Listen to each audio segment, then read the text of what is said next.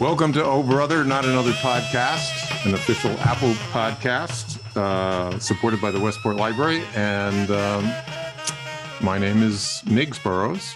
And I'm Trace Burrows. And if you enjoy the show, please give us a review and share it with your friends. Today, we're really excited to have Ruta Lee on our show. She's had an amazing career, has been in like hundreds of appearances in every television show that you can think of, like everyone that I grew up with, and later on, she's been in dozens of movies, and she has a book out called "Consider Your Ass Kissed," and I'd love to hear some nuggets from that book. Some ass kissing. Let's get into some serious ass kissing. Ass kissing. Well, isn't it nice to know, at least it is for me to know, that as a first-time writer, that I'm dealing with a show that is supported by a library. Now, I always think of libraries as where they go, shh, and God forbid you say the word ass.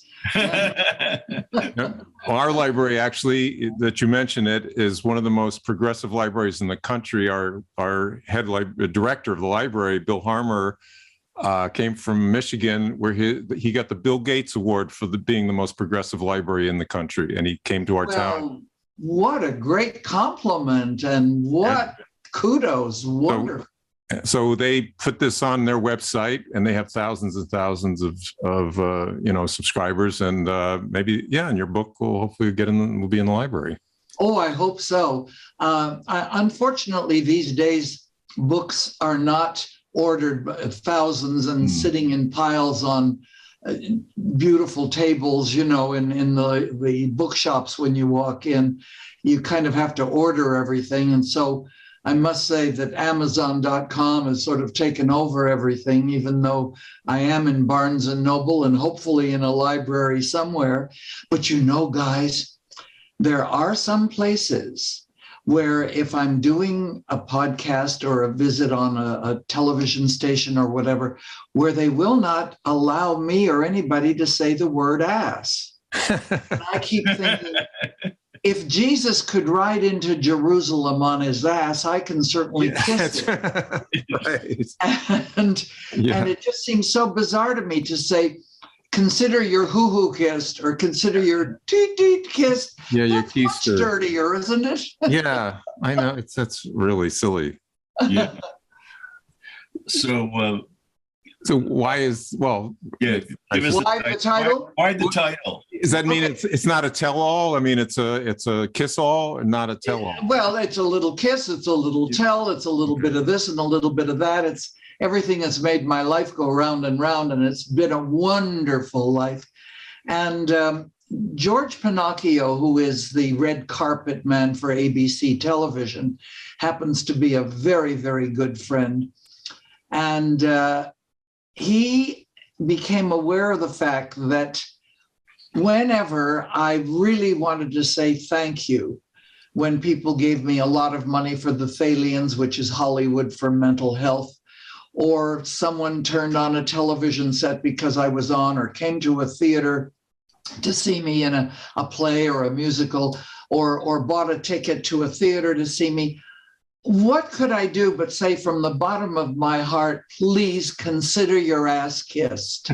And he said to me, Ruta, if you ever get this book of yours finished, because it took forever, he said, it should be titled Consider Your Ass Kissed. And I took him seriously, and I bit the bullet and said, why not? Well, if nothing else, the title does intrigue people. Yes, and attention. And I mean it from the bottom of my heart in full sincerity, because there have been so many wonderful people that have been instrumental in helping me through my life and through my career, and I owe them all a great gratitude debt. And so I just say, consider your ass kissed. Before you got into acting, I read that you worked at the Grauman Chinese Theater, the famous theater, and you were like an usherette and worked the candy, counter. And they said you were fired. Why did they fire you? Well, you guys are old enough to remember what an usherette even did, right? I mean, clearly movie palaces had ushers and usherettes to lead people to their seat and get them seated. And I loved it because I could stand at the top of the aisle and watch the great movie queens, you know, Betty Grable and everybody that worked in the movies. And I'd stand there and just smile and think, oh, please, dear God, let me do this someday. Let me do this. Well, that's fine. Now, I've got to explain that I have always been lousy in math, terrible in math, failed it, got held back a year. Anyway, I could deal when they promoted me to Candy Girl with things because everything was 10 cents, 15 cents, 25 cents, 50 cents, you know. Remember the days when you could get popcorn for 50 cents? So that was okay. And then I could always scoot over and watch the movies because the candy bar was right next door to the top aisle. Then one night the cashier got sick and they put me into the ticket booth. And I said, oh, I can't. I just can't. I can't. And they said, no. The machine does it all.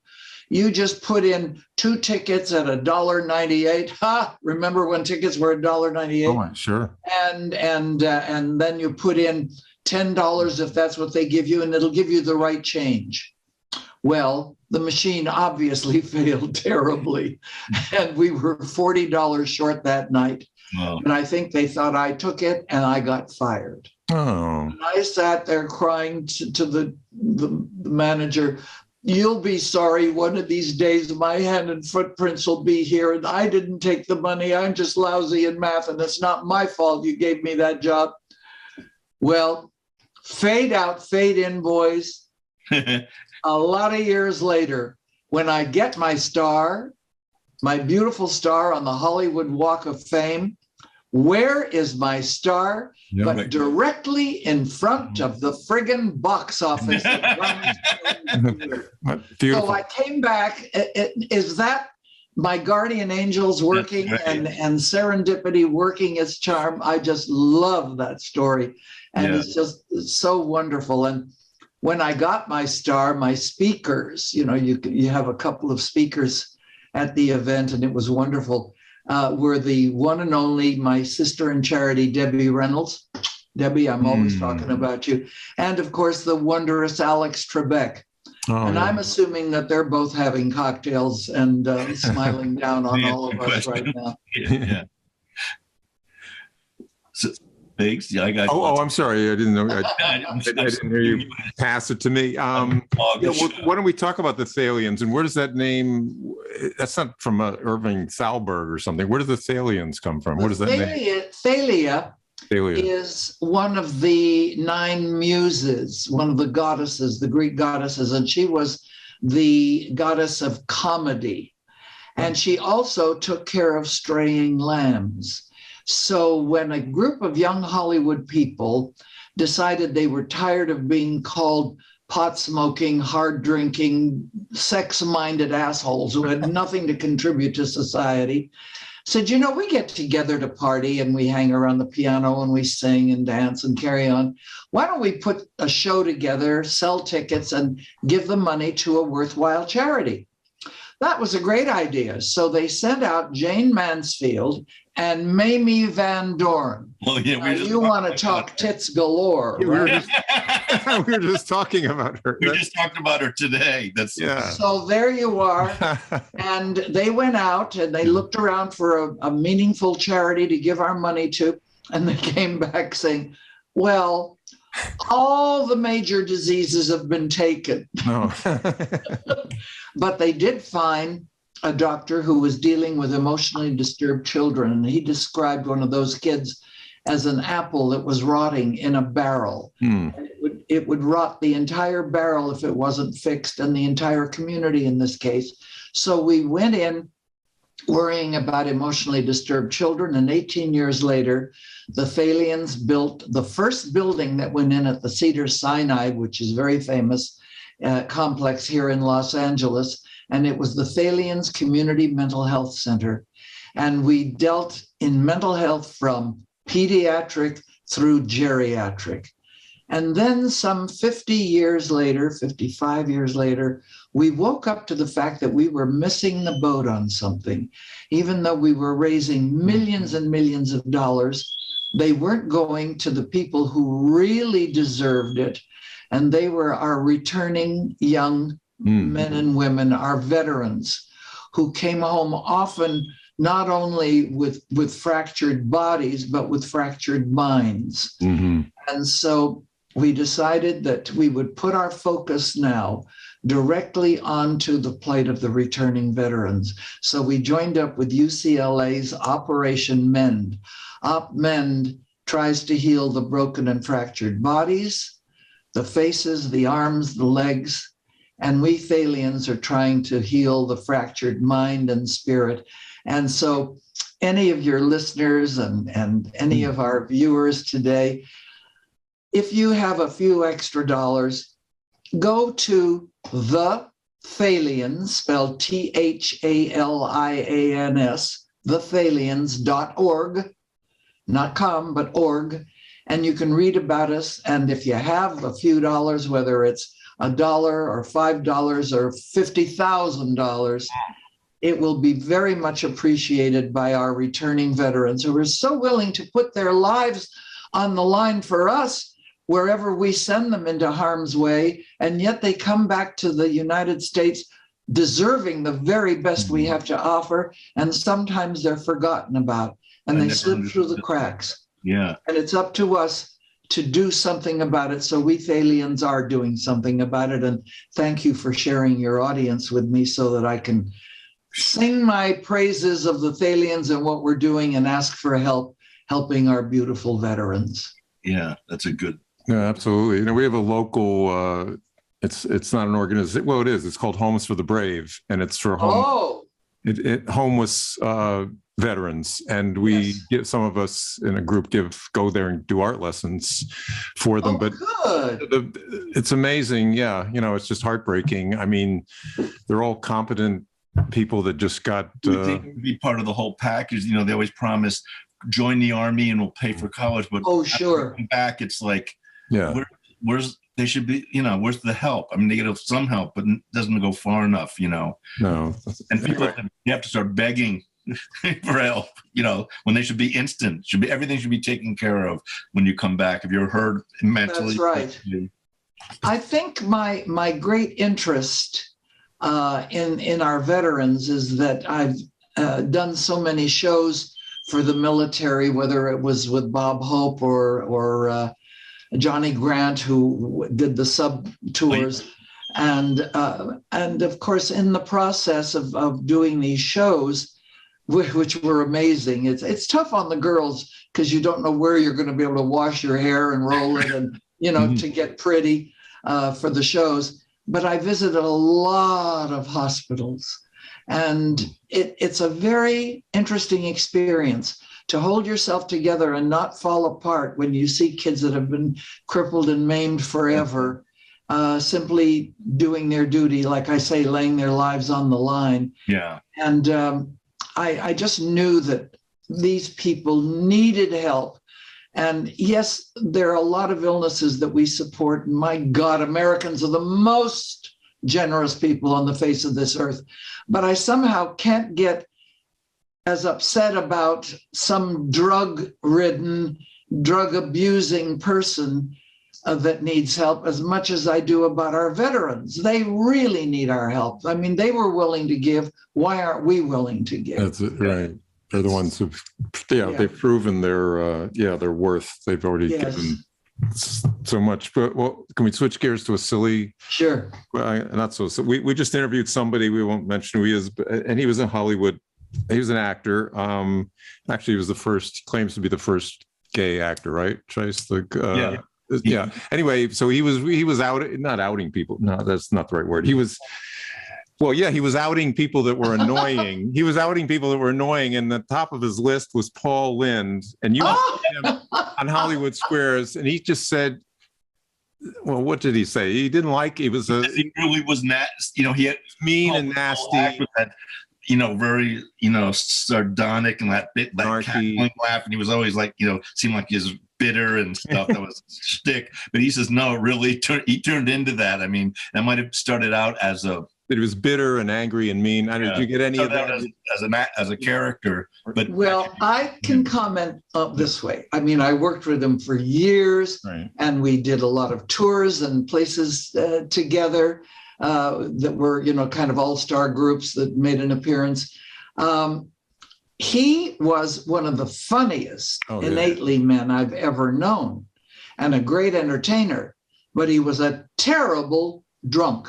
Oh, okay. That's when he got mean and nasty. Okay. That's when you had to be very careful. He would become a viper, So I can understand somebody now. How close was this guy to him? Let's out him now. Well, he's gay. Well, they're both gay.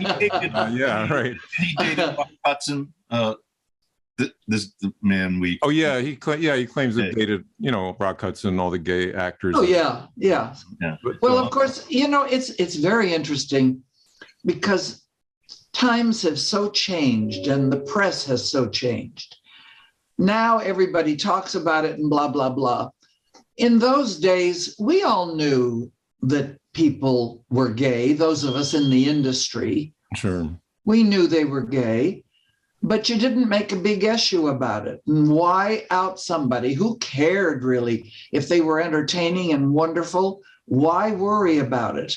And so I just kind of am distressed somewhat that it has to be such a big open thing now. Who cares what your sexual preferences are? True. That's true. As long as you're not hurting somebody down the long way, it's all by choice. Who cares? God made all of us. Yeah. For better or for worse, he made all of us. Yeah, amen. I got a provocative question for you. Okay. So, like being a woman starting out and young woman, did you ever have to deal with like a Harvey Weinstein kind of situation? Because I know, with some producer, and how did you handle that? Or if you can tell us, well, let's put it this way.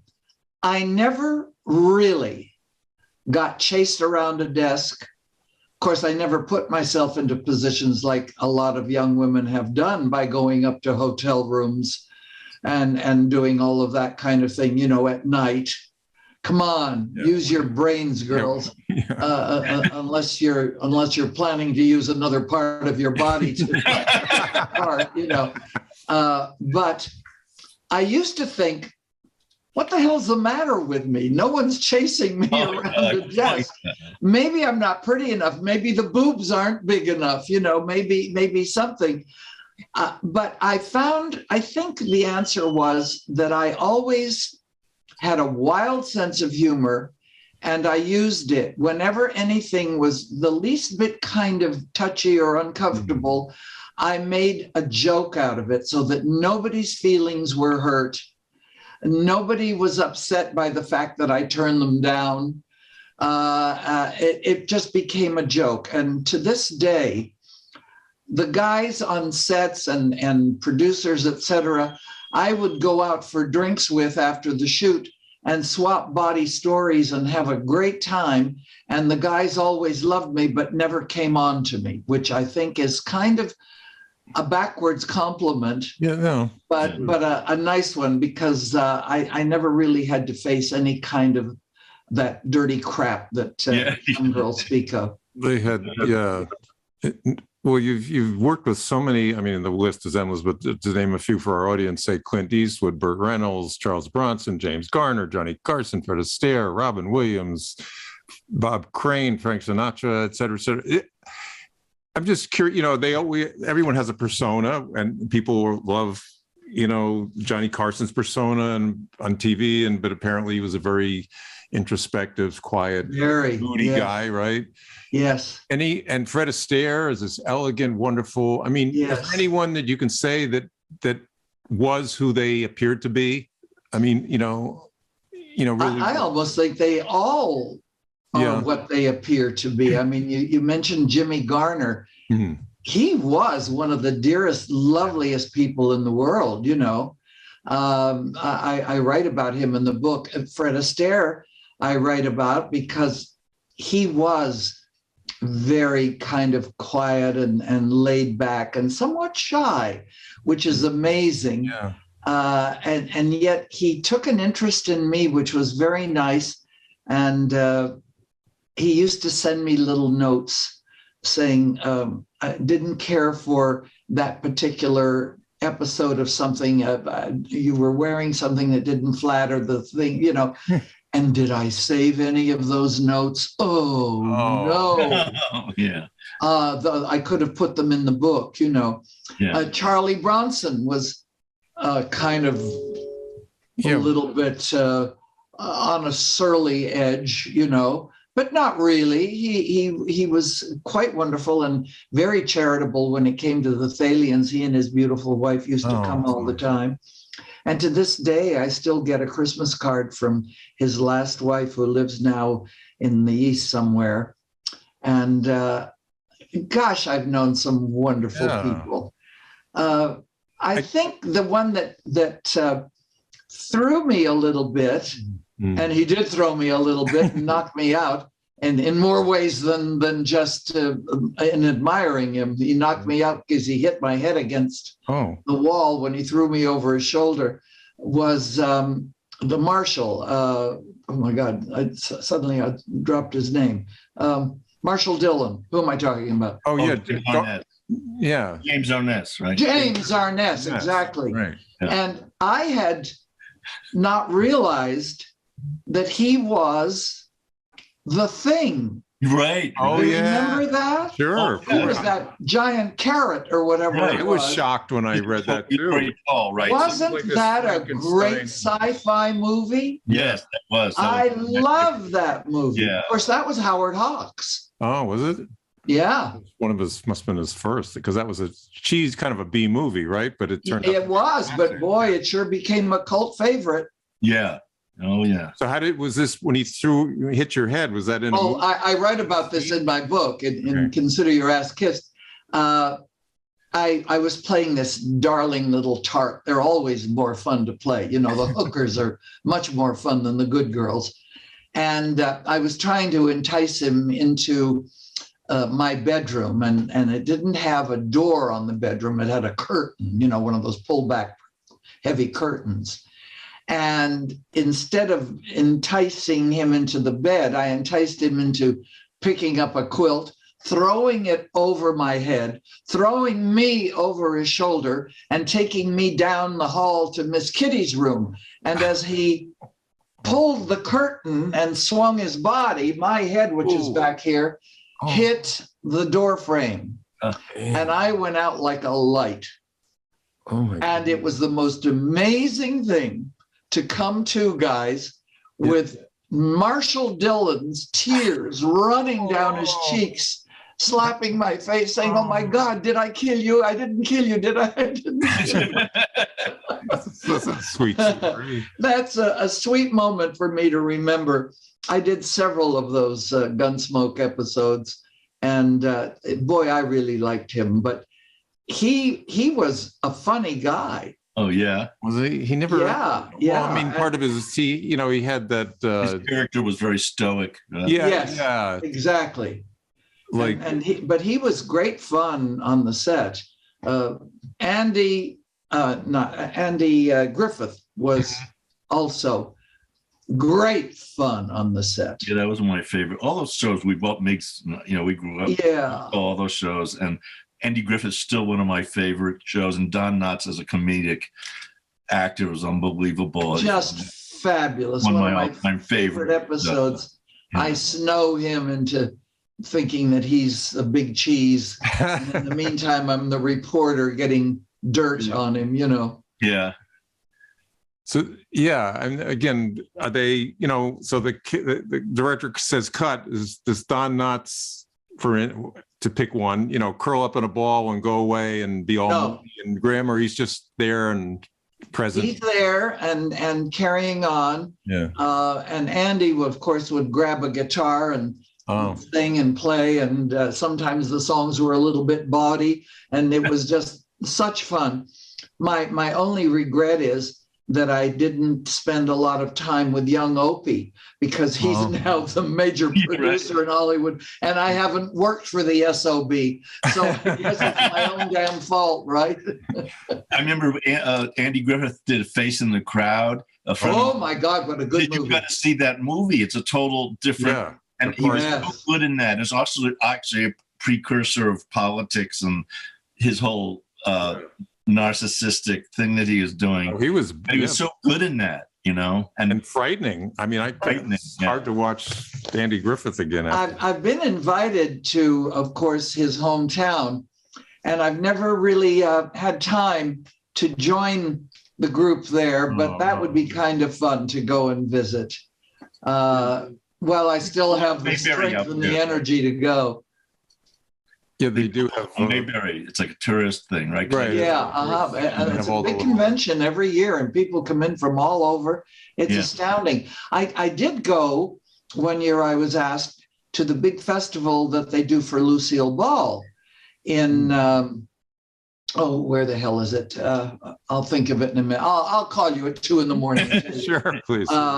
In New York, and that was amazing because people came in from China and Japan and Ireland and everywhere else to celebrate her birthday every year. Yeah. And so, you know, people get shown around and they get to go to the cemetery where she's buried next to her mom.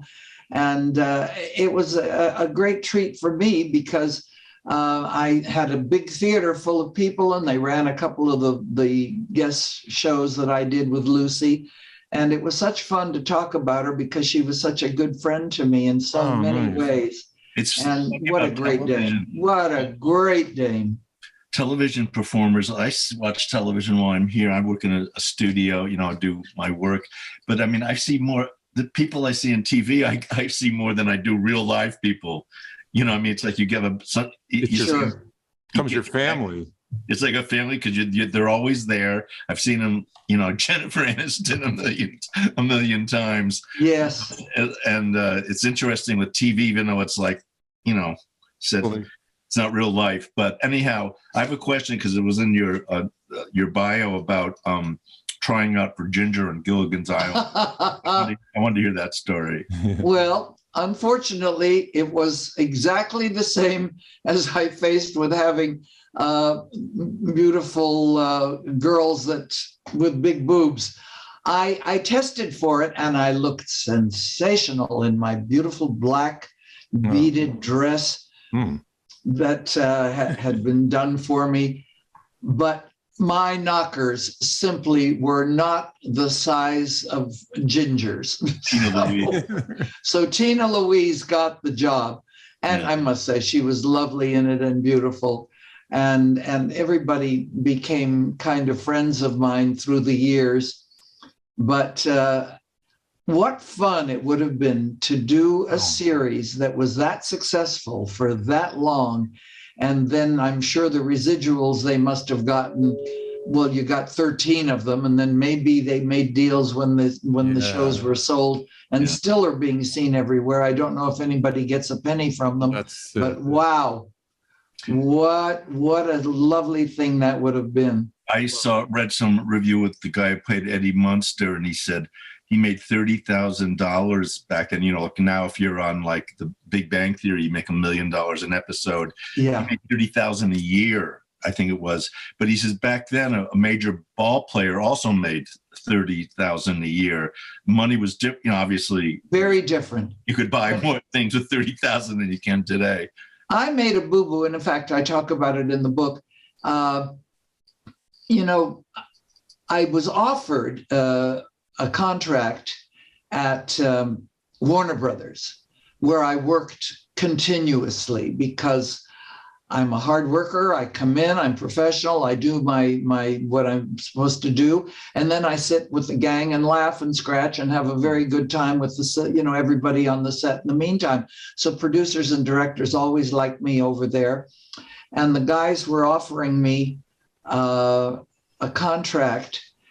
But contract players, I mean, everybody was getting like, I think, $350 a week or something. And as a guest star, on one of their shows, I was getting $750 a week, which seemed like a fortune to me, you know. And so I didn't take the contract. I said, no, I don't want to work that hard. But of course, I was stupid in that when you're under contract to a studio, everything is done for you. Your lessons, if you need them, are free. If you have to take fencing, it's done for you. If you have to take singing, it's done for you. If you're going to make an appearance, you have wardrobe to wear, you're outfitted, you're driven there, you're taken.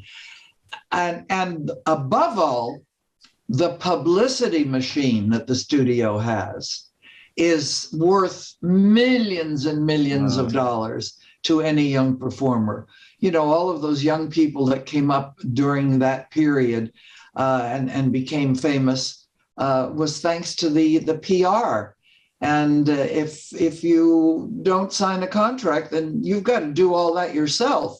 And it's costly to have PR persons and managers and agents and but anyway, I'm still here and still appreciative of everything that I got from Warner Brothers. And you had like so many, we've had other actors on, but I've never seen like a list like yours. 2,000 TV shows. Yeah. Oh yeah, easily. Yeah. Did you take that? Were you trained to be an actress or just came? Not really. I think I innately was born with a certain gift. I was always much more of a show-off than the rest of the kids in my kindergarten class. Mm-hmm. And therefore, my kindergarten teacher, and I owe my whole career to her as far as I'm concerned, would put me in her shows. And she said to my mom, you know, your daughter's a little different. What you really need to do is give her some lessons, give her music lessons, give her dancing lessons, give her whatever. And God bless my mother, Lithuanian-born, very heavy accented, poor, came from very poor families in Lithuania, would, save the money and pick me up from school and take me on the bus, packing me a lunch to go for a music lesson or a dancing lesson. And I hated the lessons, but I loved performing. And that exists to this day. Rehearsal is not my favorite thing in the world, but boy, getting out on that stage and performing and hearing the audience laugh or hearing them applaud and getting a standing ovation if I'm lucky, and then getting a check at the end of the week. Woo! How fabulous can it get? Yeah. Wow. Well, we have a minute or two left, but I was always curious. What is your, you wake up, your personal life? Do you have a very healthy regimen for your life? Do you swim? You got a pool behind you. But do anything like that? No, it's just no regimens of any kind. Yoga. And of course, I kept thinking as I get older, and I'm older than dirt now, that it would get easier. Well, somehow it just seems to get busier. Oh. I am a landlady, so I have rentals and things that I worry about. I bought property. That's the first thing that I learned from my very hardworking parents was save your money and buy what you live in and something next door to it that you can rent. Oh, smart. So that's always worked well for me. And I do have 3 homes. I have the big house in LA, which was once lived in by Orson Welles and Rita Hayworth. Yeah. And so I keep rubbing my ass on the walls. The glamour will come off. And I have a home in Palm Springs. That's thanks to Darren McGavin. He's the one that made the deposit on it for me and insisted that I buy it. Yeah. And then I have a place in Mexico as well in Manzanillo at the Hotel Las Hadas, where 10 was shot, if everybody remembers that. Yes, 10 sure. So I sleep around. Yeah. And I have a home in Fort Worth as well. So I'm really all over the place.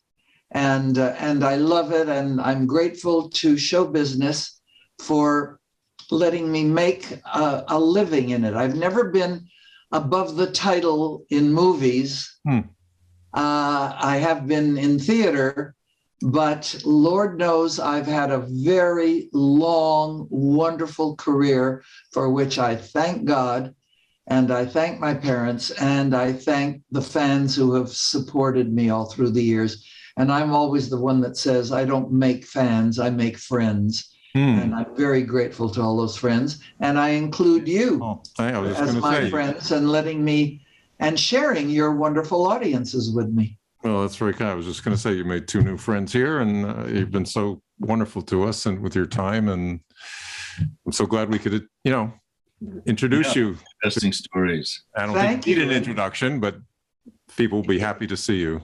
If you come out to California my way, let me know, and I'll buy you a glass of wine, and we can sit and talk.